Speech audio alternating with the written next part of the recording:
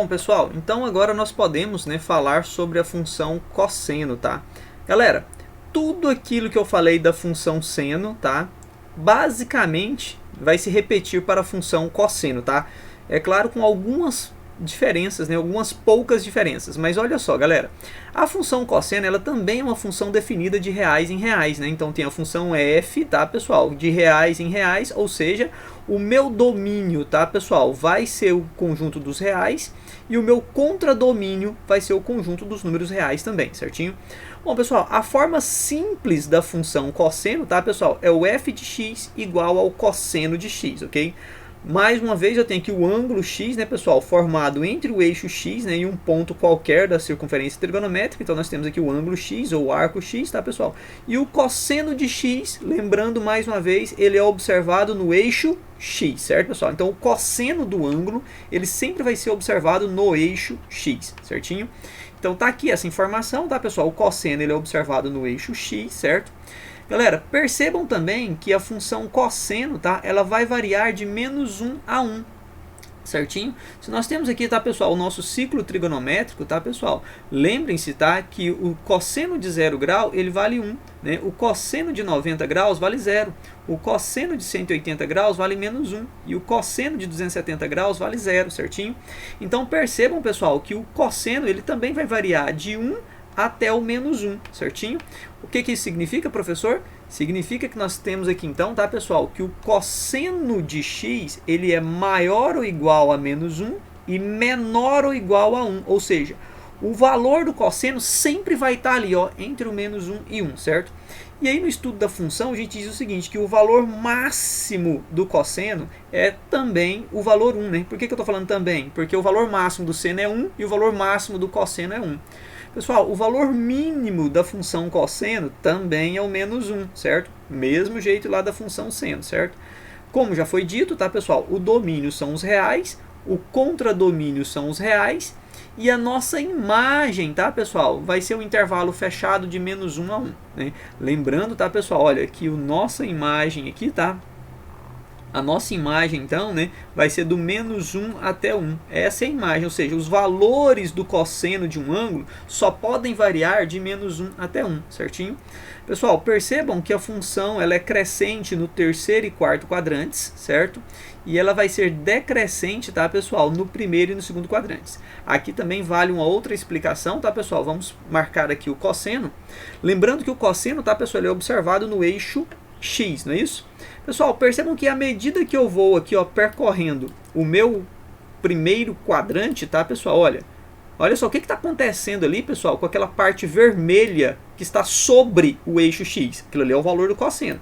À medida que eu vou aumentando ali, ó, percorrendo todo o meu primeiro quadrante, percebam, pessoal, que o meu valor lá no eixo x, ele vai diminuindo. Então, no primeiro quadrante, a função cosseno, ela é decrescente.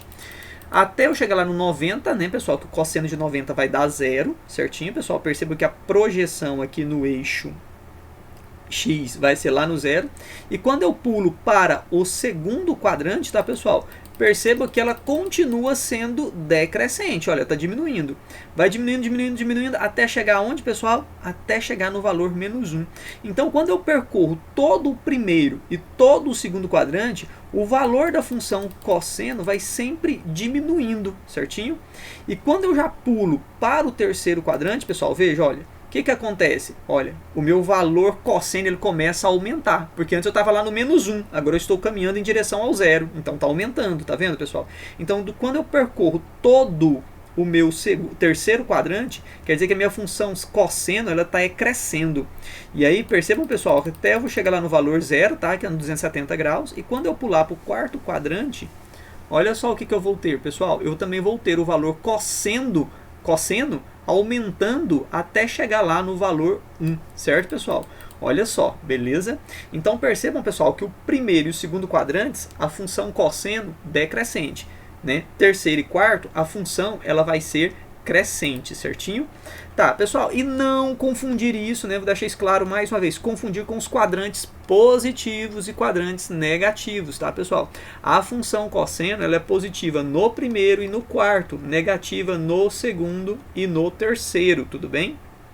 Então, pessoal, não confundir essa ideia dos quadrantes crescentes e decrescentes, onde é positivo e onde é negativo, tá certo? Bom, vamos lá, pessoal, não confundir essas duas coisas, beleza? Tá, galera, olha só, a nossa função cosseno, ela é considerada uma função par. Por que ela é considerada uma função par? Porque quando eu projeto ângulos do primeiro e do segundo e do terceiro quadrante lá no eixo X, pessoal, eu vou ter o mesmo sinal negativo. Quando eu projeto ângulos do primeiro e do quarto quadrante, tá, pessoal, lá no eixo X, eu vou ter valores positivos. Por esse motivo ela é chamada de uma função par, certinho? Bom, pessoal, a forma complexa, tá, da nossa função cosseno, ela é o f de x, que é igual a mais b que multiplica o cosseno, dentro do parêntese, tá, pessoal? Cx mais d, certinho? Bom, pessoal, nos próximos vídeos eu vou mostrar para vocês qual é a influência de cada um desses valores aqui, tá? O valor a, o valor b, o valor c, o valor d na função cosseno, tá bom? Aqui no início eu coloquei, né, tanto na função seno quanto na função cosseno, eu coloquei a forma simples, que é o jeito mais simples possível que eu posso ver, tá, pessoal, a função cosseno. Mas eu posso dar uma complicadinha aqui na minha função cosseno, certo? Eu não fiz isso lá no vídeo da função seno, mas vamos fazer aqui agora. Uma f de x na forma simples seria assim, pessoal, f de x igual a cosseno de 60 graus, né? Que é aquilo que a gente já fazia antes, ok?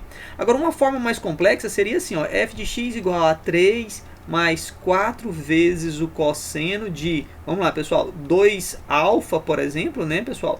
Mais 5 aqui, ó, eu poderia ser isso. Então quer dizer que isso aqui já seria uma função na sua forma um pouco mais, né, complexa, certo? A gente acrescentar novos elementos ali, tudo bem?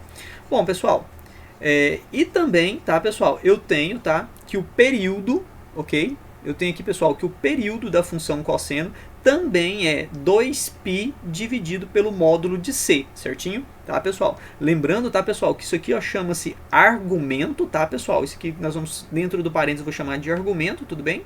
E o período da função cosseno, tá, pessoal, que é o 2π dividido pelo módulo de c, ele vai ser a mesma regrinha lá da função seno. Então isso ajuda bastante. E lembrando, tá, pessoal, que esse c aqui, ó, é esse carinha aqui, ó, que está multiplicando o nosso ângulo, tudo bem? E lembrando que o x aqui pra gente, nesse caso, está representando o ângulo, certinho, pessoal? Então este vai ser aqui a regrinha para calcular o período. E daqui a pouco a gente vai fazer alguns exemplos e isso vai ficar um pouco mais claro para vocês, beleza?